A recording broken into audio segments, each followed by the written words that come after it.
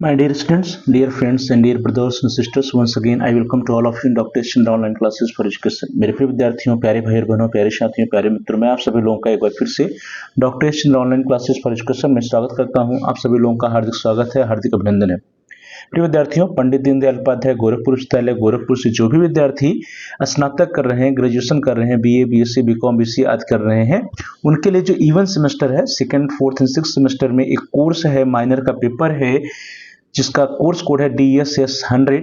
Course का नाम है डिफेंस एंड स्ट्रेटेजिक स्टडीज या कंसेप्ट ऑफ वार्स। तो minor course undergraduate programme के लिए जो माइनर कोर्स में पेपर है DSS 100, एक माइनर इलेक्टिव का पेपर है। सत्र 2023-24 के लिए इसका एग्जाम हुआ था 8 जून 2024 को। 8 जून 2024 को जो क्वेश्चन पेपर आया था, उस क्वेश्चन पेपर में जो प्रश्न आए थे, उन प्रश्नों के क्या आंसर्स होंगे, उन्हीं प्रश्नों को हम लोग आज के इस वीडियो में, इस क्लास में देखेंगे।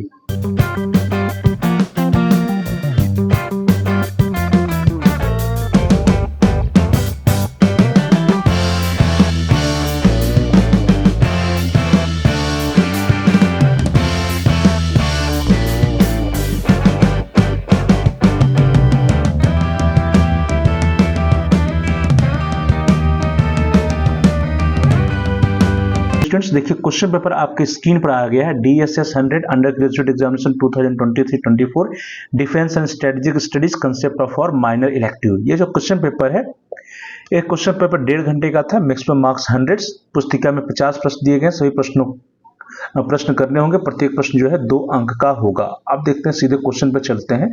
पहला प्रश्न आपके स्क्रीन पर है, who said that war is a great affair of state. किसने कहा था कि युद्ध राज्य का महान कार्य है? Your options are Sun Tzu, F M. Osanka, Quincy Wright और उपरोक्त में से कोई नहीं। तो डियर स्टूडेंट्स, युद्ध राज्य का महान कार्य है, यह कहा था सन त्सू ने। तो यहाँ पे ए ऑप्शन जो है, A option is the right option. अगला प्रश्न आपके स्क्रीन पर, question number 2, who is the author of On war.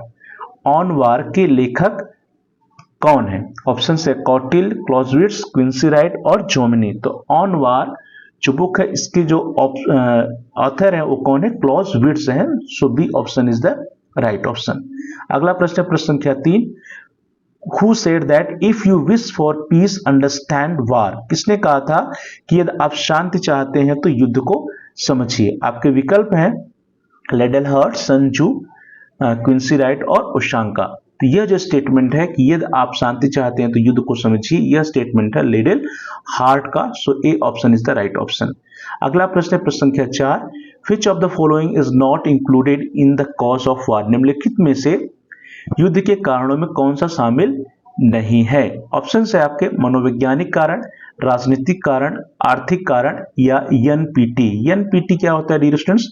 NPT को इसका जो फुल फॉर्म है, that is treaty on non proliferation of nuclear weapons, या परमाणु हथियारों के अप्रसार पर संधि। तो NPT जो है परमाणु हथियारों के अप्रसार पर संधि, और treaty on non proliferation of nuclear weapons, यह युद्ध के कारणों में शामिल नहीं है। So D option is the right option.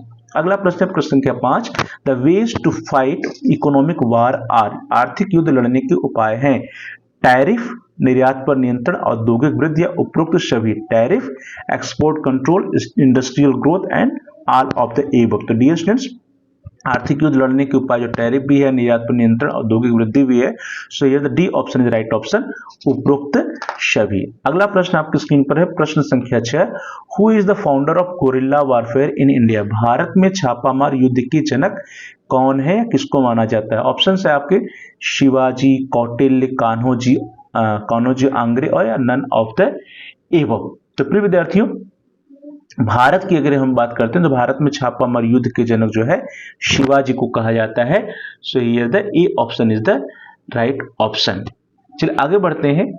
अगला प्रश्न जो आपके स्क्रीन पर आ रहा है, दैट इज क्वेश्चन नंबर 7, प्रश्न संख्या 7। प्रश्न है, the term little boy was used for which of the following. Little boy शब्द का प्रयोग निम्नलिखित में से किसके लिए किया गया था? आपके ऑप्शंस हैं एटम बम, रडार, मिसाइल या नन ऑफ द एबव। तो प्रिय विद्यार्थियों, लिटिल बॉय की बात करें तो little boy was the name of the type of atomic bomb used in the bombing of the Japanese cities of Hiroshima on 6 August 1945 during world war second. विश्व युद्ध, द्वितीय विश्व युद्ध के समय 1945 में 6 अगस्त 1945 को जो जापान सिटी पर बम फेंका गया था, उसी बम को लिटिल बॉय कहा गया था। तो इस तरह से लिटिल बॉय क्या है, एक एटम बम है। सो here the A option is the right option. अगला प्रश्न आपकी स्क्रीन पर है, प्रश्न संख्या 8। When the atomic bomb was dropped on the city of Nagasaki, Nagasaki शहर पर अणुबम कब या परमाणु बम कब गिराया गया था? तो आप सभी लोगों ने पढ़ा होगा, हिरोशिमा और नागासाकी पर जो बम गिरा गया था, हिरोशिमा पर 6 अगस्त को, नागासाकी पर 9 अगस्त 1945 को बम गिराया गया था। अगला प्रश्न प्रश्न संख्या 9। Warfare of weak against strong is called, शक्तिशाली के विरुद्ध कमजोर का युद्ध कर्म किसे कहा जाता है? ऑप्शन है परंपरागत युद्ध कर्म, गुरिल्ला युद्ध कर्म, नाभिकीय युद्ध कर्म या आर्थिक युद्ध कर्म। कन्वेंशनल वारफेयर, गुरिल्ला, न्यूक्लियर या इकोनॉमिक वारफेयर। तो शक्तिशाली के विरुद्ध कमजोर का जो युद्ध कर्म है, that is the guerrilla warfare, guerrilla युद्ध कर्म। अगला प्रश्न प्रश्न संख्या 10। Spreading rumours is a part of which type of warfare, अफवाह फैलाना किस प्रकार के युद्ध कर्म का हिस्सा है? आपके ऑप्शन है economic warfare, limited warfare, psychological warfare या साइबर वारफेयर। आर्थिक युद्ध कर्म, सीमित युद्ध कर्म, मनोवैज्ञानिक युद्ध कर्म या साइबर युद्ध कर्म। तो अफवाह फैलाना क्या है, मनोवैज्ञानिक युद्ध कर्म है। So C option is the right option. अगला प्रश्न आपकी स्क्रीन पर आ रहा है, प्रश्न संख्या 11, क्वेश्चन नंबर 11। प्रश्न है, which of the following is known as the backbone of the nation, निम्नलिखित में से किसे राष्ट्र के रीढ़ के रूप में जाना जाता है? ऑप्शन आपके इकोनॉमी, वेपन्स, आर्मी या नन ऑफ द अबव। अर्थव्यवस्था, हथियार, सेना या उपयुक्त कोई नहीं। तो राष्ट्र की रीढ़ क्या होती है? अर्थव्यवस्था। यदि आपकी अर्थव्यवस्था मजबूत है तो आप हर क्षेत्र में मजबूत रहेंगे। So A option is the right option. अगला प्रश्न है, hit and run tactics belongs to, मारो और भागो सामरिकी का संबंध है। ऑप्शन है आपके, जो आपके ऑप्शंस हैं वो ऑप्शंस हैं cyber warfare, land warfare, desert warfare या गुरिल्ला वारफेयर। तो मारो और भागो जो सामरिकी वो किसका है? वो गुरिल्ला युद्ध कर्म का टैक्टिस है या संबंध है। मारो और भागो का संबंध जो गुरिल्ला युद्ध कर्म से है। सो यहाँ पे D option is the right option. अगला प्रश्न आपके स्क्रीन पर है 13। Propaganda is a tool of, प्रचार एक साधन है। प्रचार किसका एक साधन है?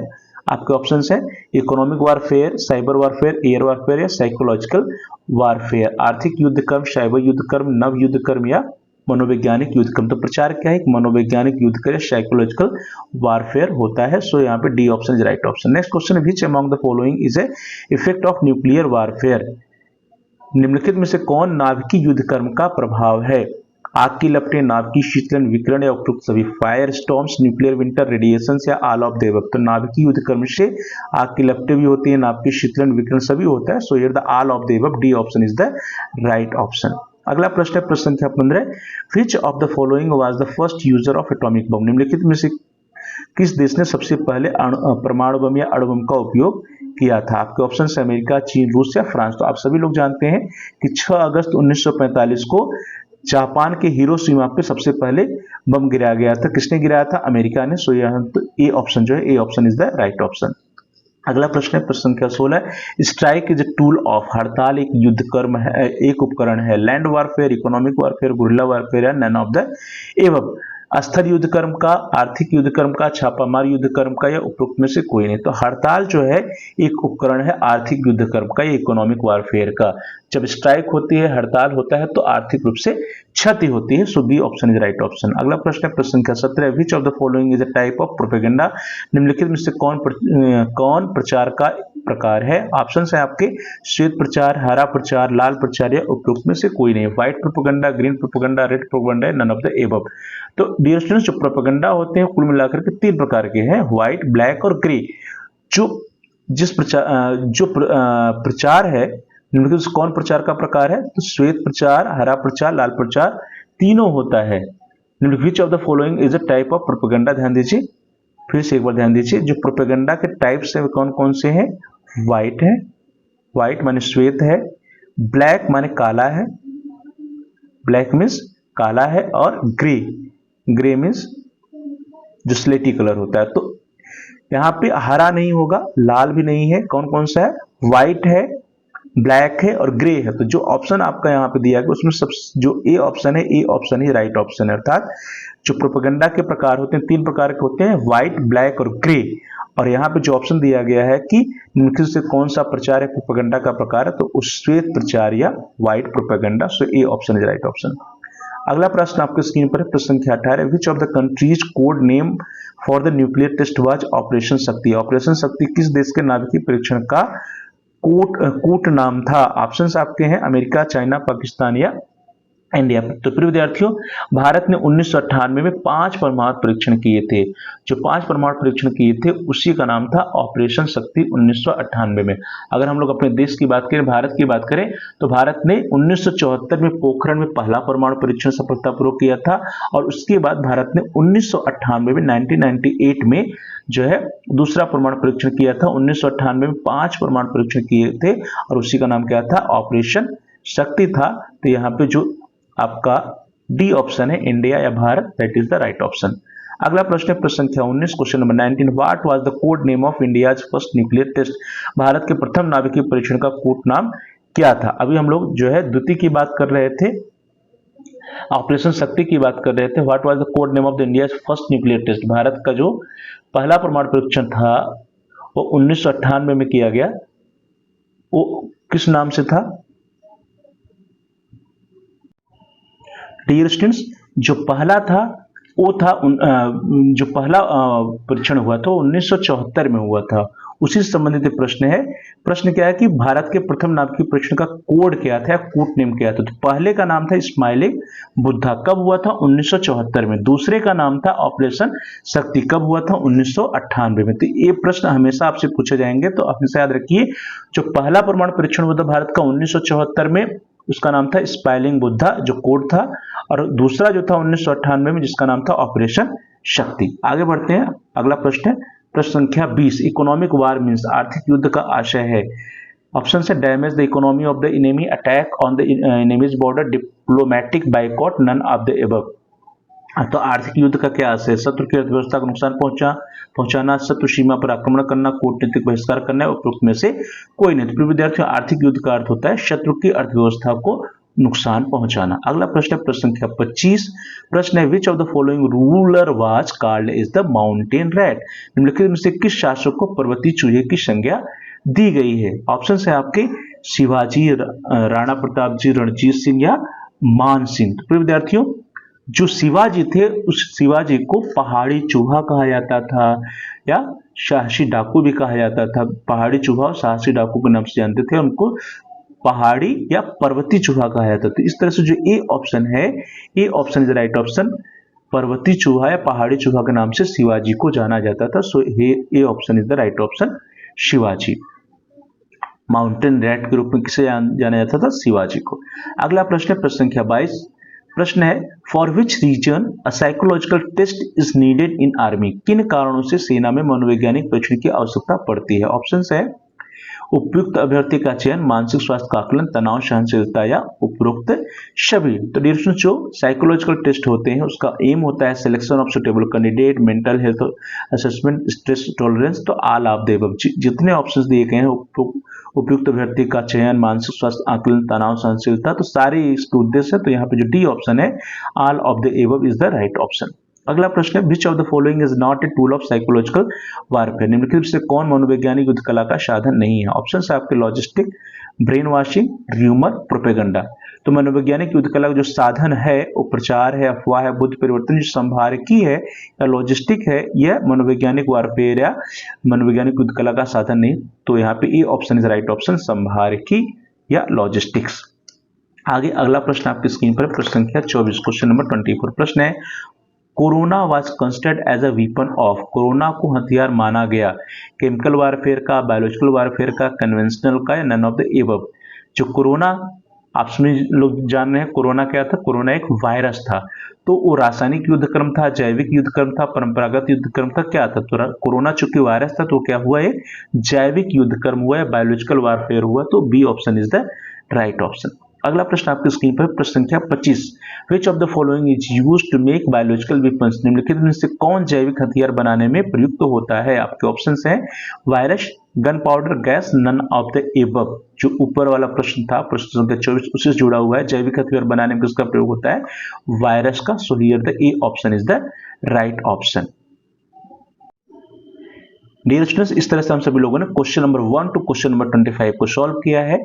अगले क्लास में, अगली कक्षा में हम लोग जो बाकी के 25 प्रश्न उसको सॉल्व करेंगे। तो आप सभी लोगों का बहुत बहुत धन्यवाद। Thanks for watching. Thanks to all of you.